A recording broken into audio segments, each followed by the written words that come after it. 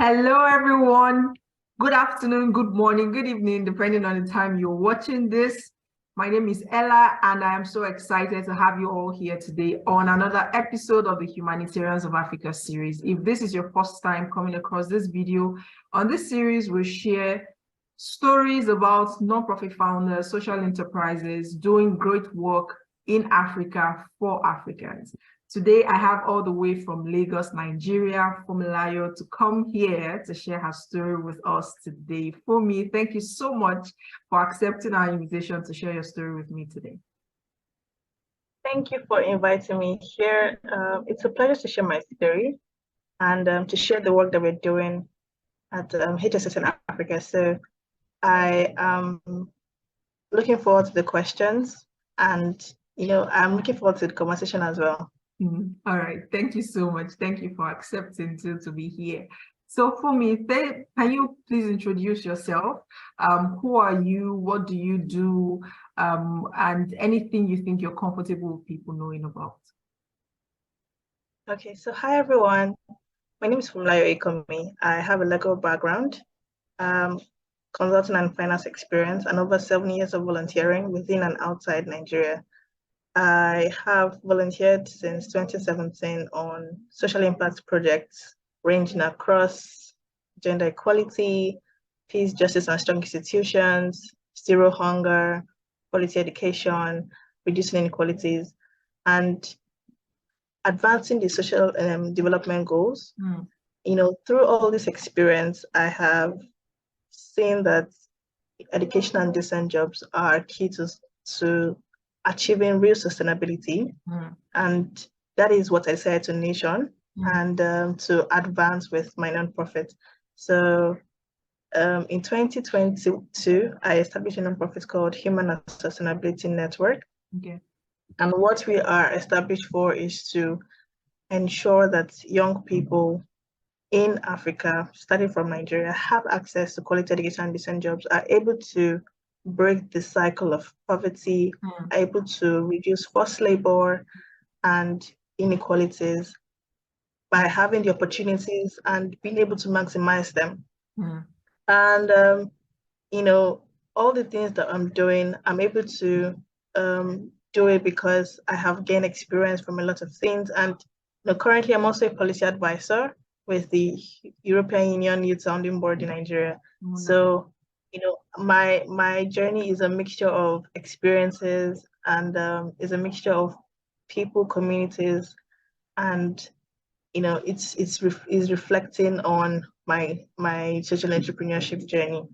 Wonderful. You seem to be doing so much out of passion and out of experience, and I can totally relate, because when people say why non-profits, I tell them it's a mixture of experience and passion.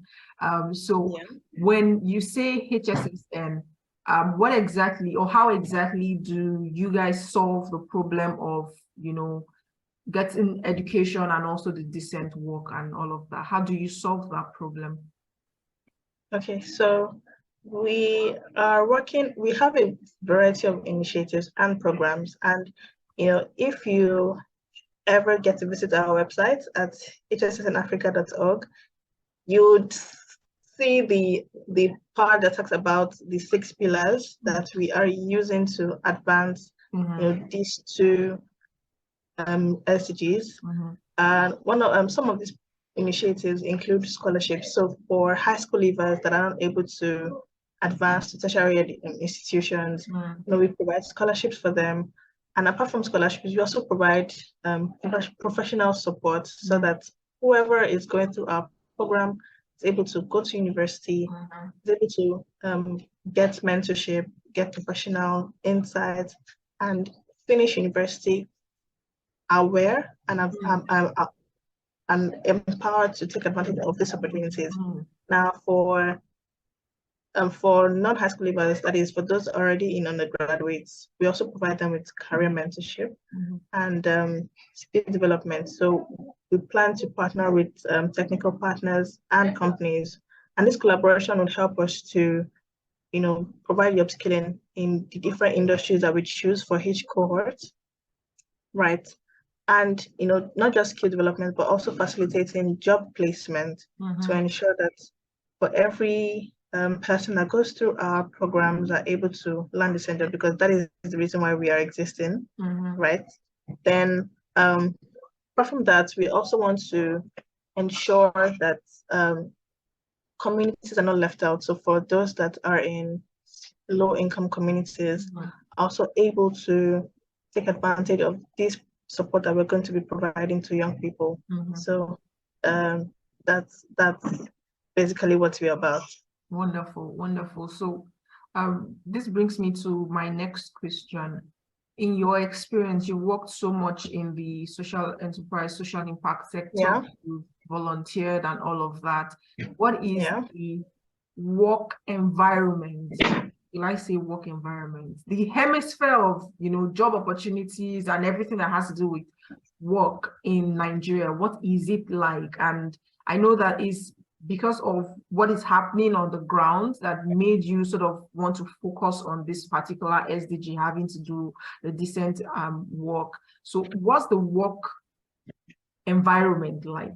How easy is it like for people to get opportunities? Are there even opportunities? What is the problem? And maybe how you think this can be sorted out, some of these problems?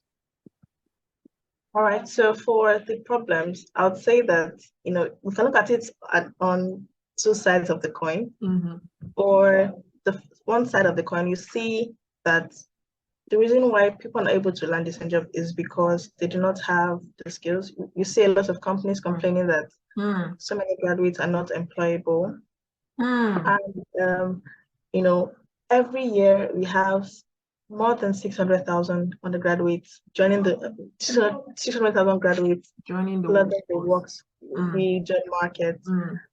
Every year there is a spillover, right? And because there is no job for these people, they are forced to take whatever comes their way out of desperation, right? So we are seeking to solve the problem of not being employable. So it's not like they're not opportunities, but people are not able to take advantage of them because they're not a right fit. They're not what this company are looking for. Then on the flip side, you have people not even aware that such opportunities exist. And before you can even take advantage of something, you have to know about it, right? And you have, from the conversations I've had with people in some schools, some tertiary institutions in some states in Nigeria, you hear about how the students are not even conscious of life after school. Like they live the triangular lifestyle, so school, library, hostel, and it goes on like that. And then you wonder why they come out of university unprepared, not knowing what to do or how to go about it. So we are there to solve that gap, to bridge that gap between school and industry, and reduce the amount of young people that enter into the workforce unprepared, unaware. And we're also going to be solving the problem for companies by helping them to train talent and reduce the amount of stress that they go through to find the right people. So we are intermediate between companies and undergraduates. So what would you say is a right person, or who is a right person for example, let's see, MTN, for example. I work in communications and I want to grow my career, work with MTN. What would be a possible right fit for that role in communications? What are like some skills that some of these organizations are looking out for that you think some of the students have been lacking in? There might be people who are listening right now that this will be beneficial to. For the skills that you need, using you as a case study, if you want to go into communications, you have to be good with stakeholder management, right?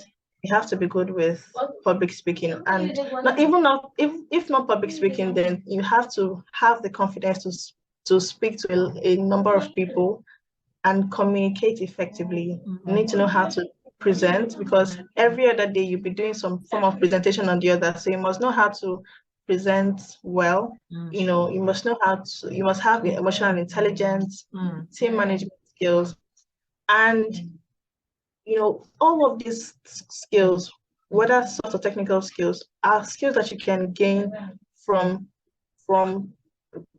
working with school organizations, from working with nonprofits like HSSN, from you know, carrying out projects on your own, participating in competitions.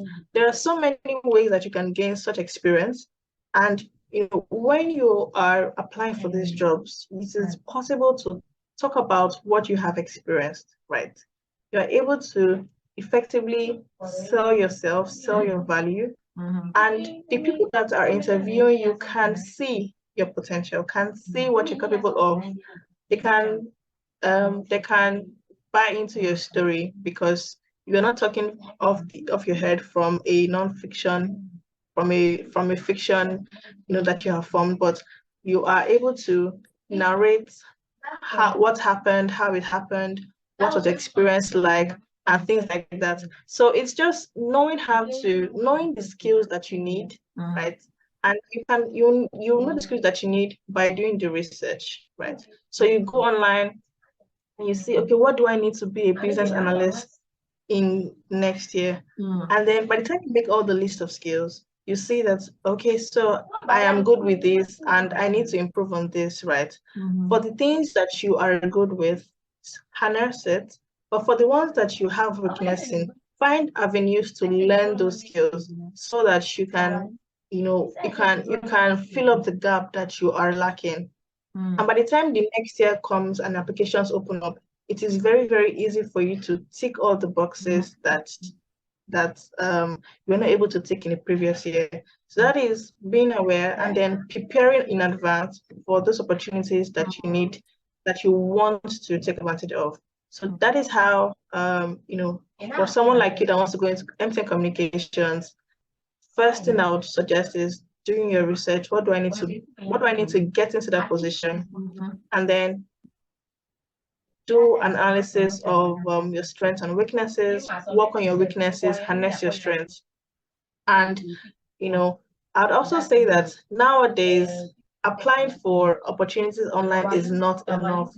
You need to go the extra mile by getting your foot in there through networking, right? So sometimes just meeting somebody and having a chat with them like we are currently talking can make your name register in their minds. And when they see your application, they'll be like, oh, okay, I know this person. Let me even look through application. So yeah, you remember this person. And if you even had an interesting conversation, you would, you know, it would be very, very easy for the person to say, okay, I would like to refer this person to, you know, speak.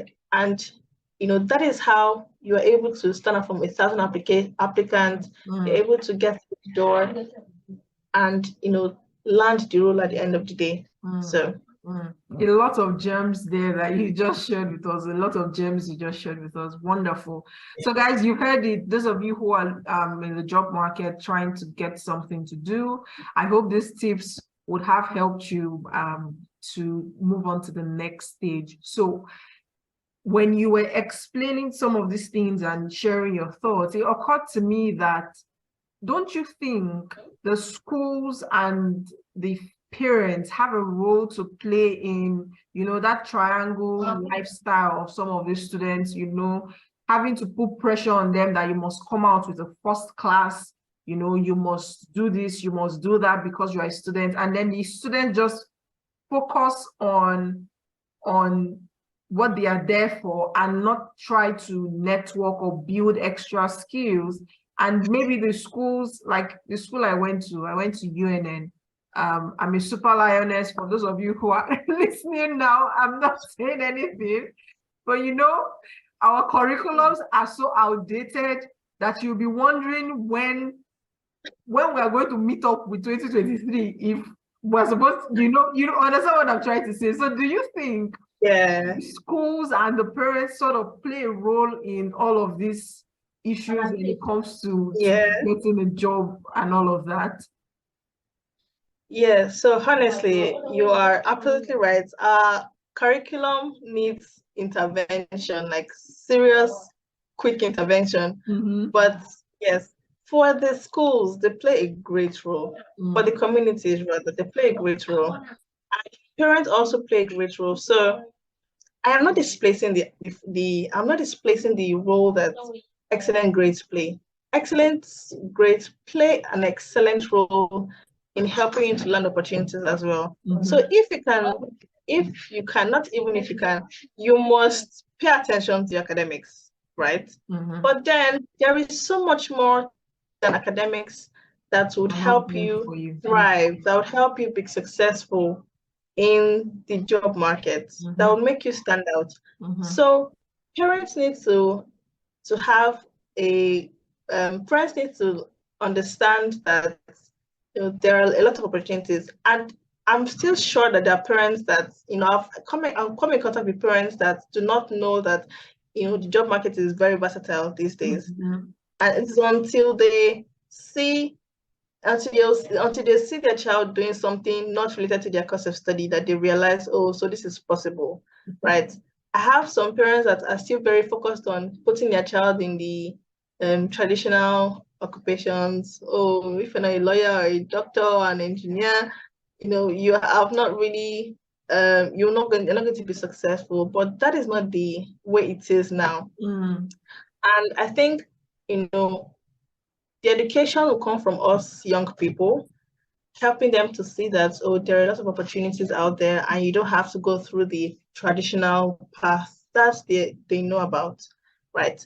But, parents also need to be supportive of the dreams of children and not forcing them to, go through a path that they have created for them, right? So if we are able to explain effectively on how things work, on the kind of opportunities that are out there, and we are able to show them that these are people that have done this thing and are successful, and it is something that I can also do and achieve. And I think parents need to give their children room to thrive, provide support where they can to the best of their ability. And for the communities as well, I always say that the community plays a great role in your horizon. So, you are able to see as far as you know, and the environment plays a very big role in your involvement. So if you are talking about communities now, as much as possible, try to put yourself in the communities that would help you to grow, right? So virtual communities, physical communities are important. If you are looking to, for instance, build a career in a particular aspect, there are a lot of virtual communities that you can join. In fact, physical communities too, whether on campus, and if you're out of school, there are a lot of communities online that you can join. For instance, the Immerse Circle. I'm not sure if you know Immerse Circle by DDK. There are communities like SEO, Africa, SEO London. I'd say that join communities. You can even use keywords to search for communities online, hashtags. Hashtags for communities online. Can join social media groups and interact with people there, your counterparts, your seniors in the industry, your contemporaries rather as a counterparts, your seniors in the industry, and even people that are upcoming finance analysts, enthusiasts that are also trying to break into the industry. Interact with different kind of people, interact and grow, right? So communities and parents play a very great role, and you can design how you want them to affect you, right? Yeah, so you can design how you want the kind of experience that you want to have and that you want to gain from them. Wonderful tips. It looks like this is more of an educative session for people who are in the job market, and even but yeah, I'm loving it. I'm loving it and learning a few things on the way. So let's talk about your experiences running a Yeah. non-profit organization in Nigeria. So what has been the most rewarding experience and the most challenging problems for you in the course of running your organization? Okay, so rewarding. There's been quite a number of rewarding experiences. Every 2 days, I have somebody coming in to say, "Oh, I really love what you're about. You know, I'd love to support. I'm interested." And I'm like, "Oh, thank you so much. You know, that's very thoughtful of you."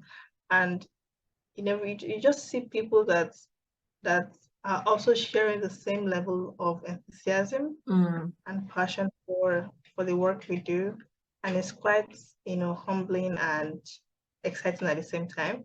Then I think when we started, not so long afterwards, we had requests to partner with some technical partners. I'm like, okay, keep it coming, right? And there's just been a lot of support from people that are in my direct circle, and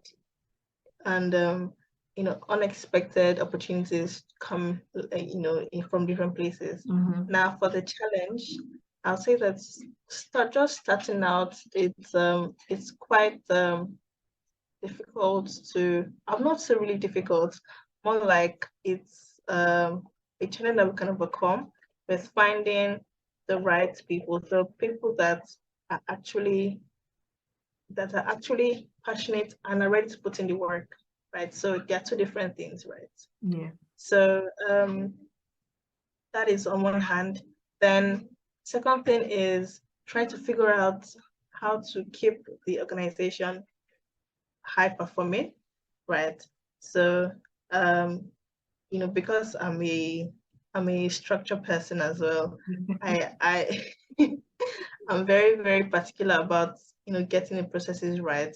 So I think that is one challenge that we are overcoming by ensuring that, for instance, anybody that comes in goes through the onboarding process, goes through the employee handbook, and things like that, so that they are aware of what to expect, how to lay complaints if they have one, the kind of roles that are responsibilities that they are supposed to be doing, and things like that.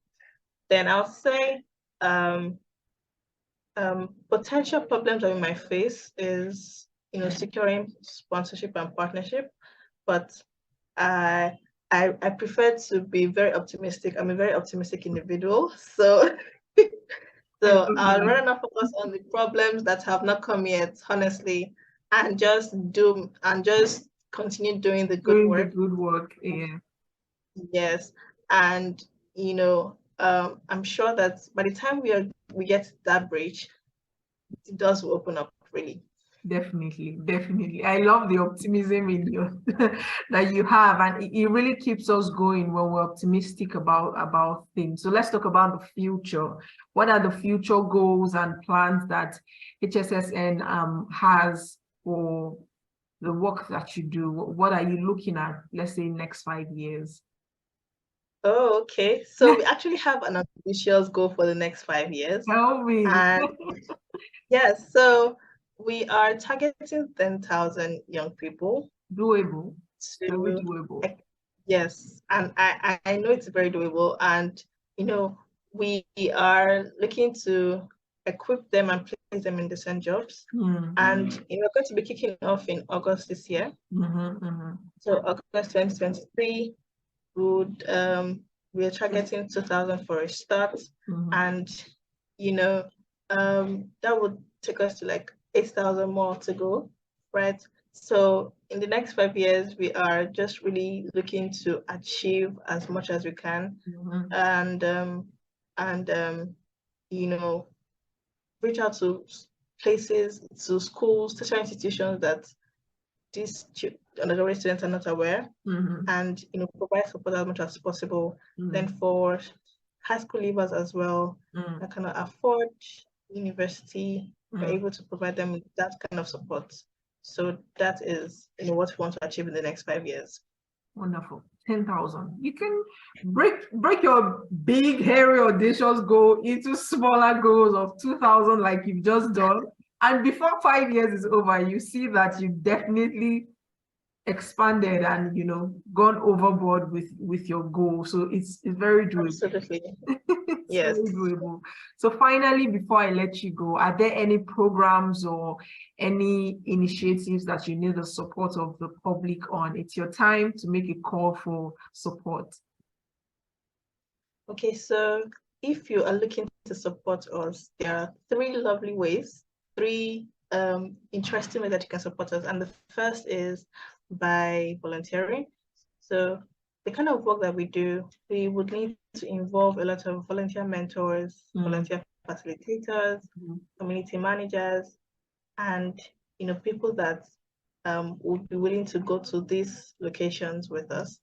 So if you are interested in volunteering, please visit our website or send us a message on any social media platform and we would revert. Then for the second way that you can support us is by partnering.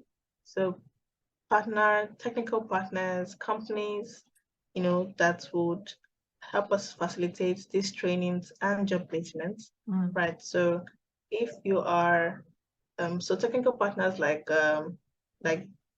companies that host trainings, that facilitate trainings, right? And companies in different industries that are able to accommodate interns, are able to accommodate entry-level employees, we would need them to partner with us. Then the next and last step, but not the least, obviously, is by donating.